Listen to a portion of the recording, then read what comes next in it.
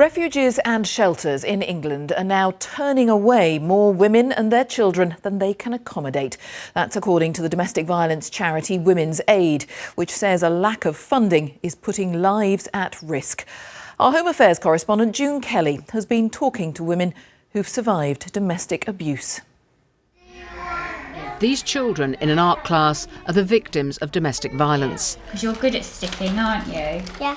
They may not have been physically hurt, but they have witnessed their mothers being abused, and they fled with their mums to this refuge in Surrey. Claire arrived here last year with her young son. We left with one carrier bag. Literally, I'd have 5 minutes to grab what we could.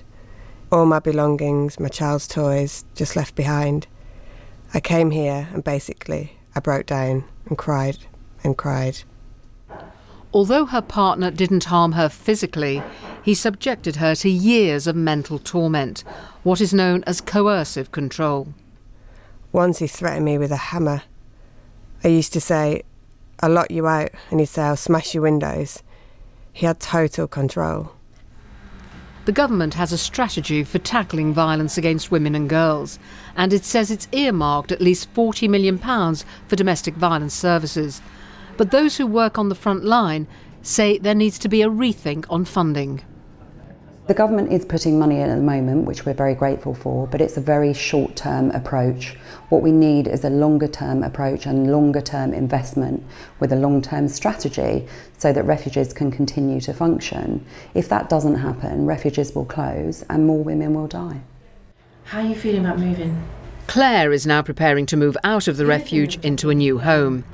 This refuge, run by the charity Women's Aid, is so short on space that this office will soon be converted into an extra bedroom.